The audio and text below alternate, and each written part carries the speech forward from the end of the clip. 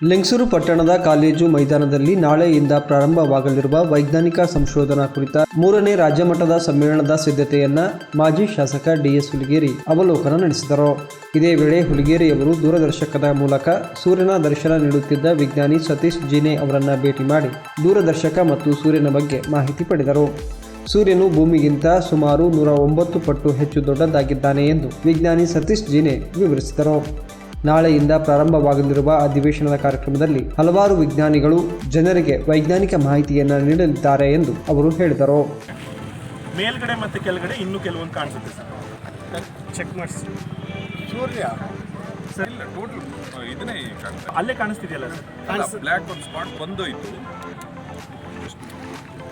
ಸೂರ್ಯನಲ್ಲಿ ನಮ್ಮ ಭೂಮಿಗಳನ್ನು ಎಷ್ಟಿಡ್ಬೋದು ಸರ್? 1,00,000ಕ್ಕಿಂತ ಹೆಚ್ಚು ಇಡ್ಬೋದು ನಾವು. ಈ ಸಂದರ್ಭದಲ್ಲಿ ಮುಖಂಡರುಗಳಾದ ಗುಂಡಪ್ಪ ಮೇಟಿ, ರವಿ ಪಾಟೀಲ್ ಸೇರಿದಂತೆ ಇತರೆ ಮುಖಂಡರುಗಳು ಉಪಸ್ಥಿತರಿದ್ದರು. ಒಟ್ಟಿನಲ್ಲಿ 3ನೇ ರಾಜ್ಯ ಮಟ್ಟದ ವೈಜ್ಞಾನಿಕ ಸಮ್ಮೇಳನದ ತಯಾರಿ ಭರ್ಜರಿಯಾಗಿ ನಡೆದಿದೆ. ಇದೇ ಮೊದಲ ಬಾರಿಗೆ ನಡೆಯಲಿರುವ ರಾಜ್ಯ ಮಟ್ಟದ ಕಾರ್ಯಕ್ರಮಕ್ಕೆ ಜಿಲ್ಲೆಯ ಜನರು ಸಾಕ್ಷೀಕರಿಸಲಿದ್ದಾರೆ.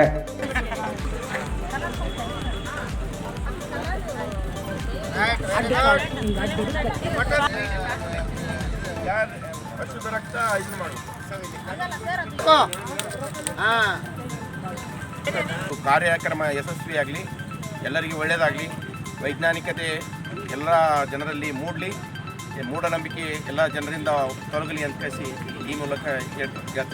ಇವತ್ತಿನ ದಿನ ನಾಳೆಯ ಕಾರ್ಯಕ್ರಮಕ್ಕಾಗಿ ಇವತ್ತು ತಳಿರು ತೋರಣಗಳಿಂದ ಸಿಂಗಾರ ಬರ್ತಾ ಇದೆ. ಅದಕ್ಕೆ ನಮ್ಮ ಎಲ್ಲ ಮಹಿಳೆಯರು ಈ ಕಾರ್ಯಕ್ರಮದಲ್ಲಿ ಭಾಗವಹಿಸಿ ತಳಿರು ತೋರಣವನ್ನು ಶೃಂಗಾರ ಮಾಡ್ತಾ